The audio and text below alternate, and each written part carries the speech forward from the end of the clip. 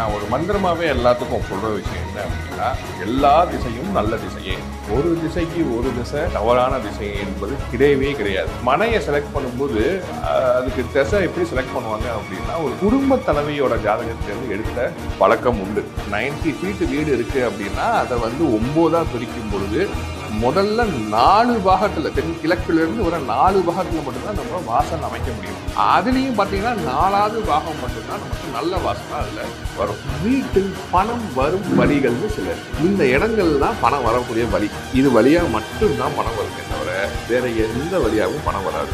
வீடா இருந்தாலும் சரி, கோயிலா இருந்தாலும் சரி, நிறுவனமா இருந்தாலும் சரி, பேசிஸ். ஆனா அதுல எந்த இடத்த நம்ம ஸ்ட்ரென்தன் பண்ணணும் அப்படிங்கிறது இருக்கு. நம்ம சேனலில் தொடர்ந்து ஜோதிட ரீதியாகவும் ஆன்மீக ரீதியாகவும் பல இன்ட்ரெஸ்டிங்கான விஷயங்கள் பார்த்துட்டு இருக்கோம். அந்த வகையில் இன்னைக்கு வந்து வாஸ்து ரிலேட்டடாக வந்து பேச போகிறோம்.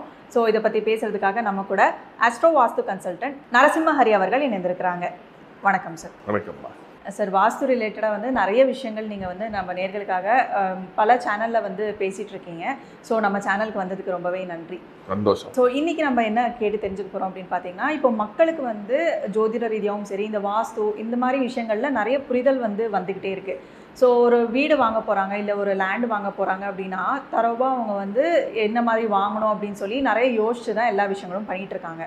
ஸோ இன்னும் வரும் காலகட்டத்தில் நிறைய விஷயங்கள் வாஸ்து ரிலேட்டடாக வந்து அவங்களும் தெரிஞ்சுக்கணும் அப்படின்னு சொல்லி ஆசைப்பட்றாங்க இல்லைங்களா? இப்போ ஒரு லேண்டே வாங்குறாங்க அப்படிங்கும் போது இந்த திசை தான் வந்து நல்ல திசை அப்படின்னு சொல்லி காலமாக ஒரு மித் ஒன்று ஃபாலோ பண்ணிட்டு இருக்காங்க. கிழக்கு சைட்டு தான் வந்து நல்ல சைட்டு அப்படின்னு சொல்லி.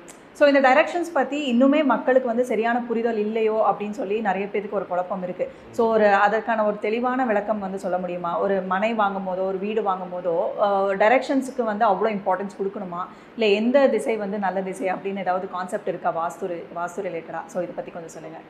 இப்போது இது நல்ல கேள்வி. திசைகளுக்கு வலு உண்டா அப்படின்னா, குறிப்பிட்டு ஒரு திசையை விட இன்னொரு திசை வந்து ரொம்ப வலுவான திசை அப்படின்னோ, ஒரு திசை வந்து நீச்ச திசை அப்படின்னோ கிடையவே கிடையாது. நான் ஒரு மந்திரமாகவே எல்லாத்துக்கும் புதுசாக பிளாட் வாங்க போகிறதுக்கும் சொல்கிற விஷயம் என்ன அப்படின்னா, எல்லா திசையும் நல்ல திசையே. அது வந்து ரொம்ப முக்கியம். எல்லா திசையும் நல்ல திசையே. ஒரு திசைக்கு ஒரு திசை தவறான திசை என்பது கிடையவே கிடையாது. இந்த திசையை செலக்ட் பண்ணுறதுக்கு ஜாதகத்தை பார்க்கக்கூடிய ஒரு அம்சங்கள் முற்காலத்தில் உண்டு.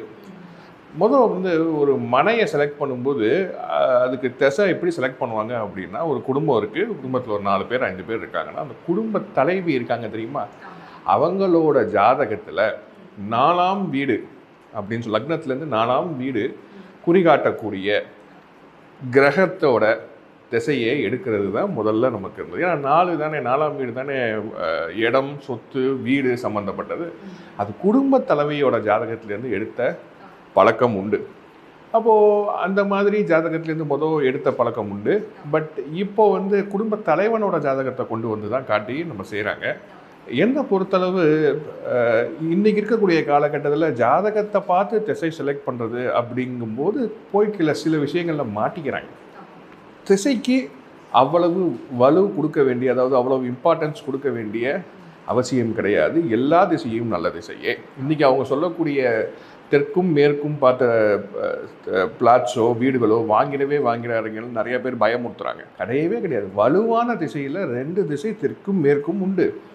தெற்கு பக்கத்தில் வாங்கி கரெக்டாக வாஸ்துபடி அமைச்சிக்கிட்ட பெரிய விஐபிஸ் எவ்வளோ பேர் இருக்காங்க. பெரிய லெவலில் பவரை கொடுக்கக்கூடியது தென்கிழக்கு தெற்கு அந்த உச்ச பகுதி. அதே மாதிரி வடமேற்கு தான் வியாபாரத்துக்கு. மணி ரொட்டேஷன், வாயு தானே ரொட்டேட் ஆகுது. அப்போது மேற்கும் ரொம்ப நல்ல திசை, அது வியாபார திசைன்னே சொல்லுவோம். இந்த மாதிரி இருக்கும் பொழுது இந்த தெற்கையும் மேற்கையும் பார்த்து பயப்பட வேண்டிய அவசியமே இல்லை. எல்லா திசையும் நல்ல திசை. வாஸ்து முழுமையாக நல்லா இருந்தால் போதும். ஆனாலும் இந்த தெற்கு மேற்கு எந்த மாதிரி ப்ராப்ளம்ஸ் கொடுக்கும் அப்படின்னா, இன்றைக்கி இருக்கக்கூடிய காலகட்டங்களில் நம்ம வந்து ரொம்ப பெரிய சைட்ஸ் வாங்குறதில்ல. எனக்கு தெரிஞ்சு சென்னை, ஈரோடு மாதிரியான ஊர்கள் எல்லாம் நீங்கள் பார்த்தீங்க அப்படின்னா, ஒரு 2 சென்ட்டு, 1/4 கிரவுண்டு 2 சென்ட்லலாம் இடம் வாங்கி வீடு கட்டுறாங்க. இல்லை 3 சென்ட்லலாம் இடம் வாங்கி, இன்றைக்கி 3 சென்ட்டு தான் பார்த்தீங்கன்னா ஸ்டாண்டர்டாக எல்லோரும் வாங்கக்கூடிய ஒரு அளவாக இருக்குது.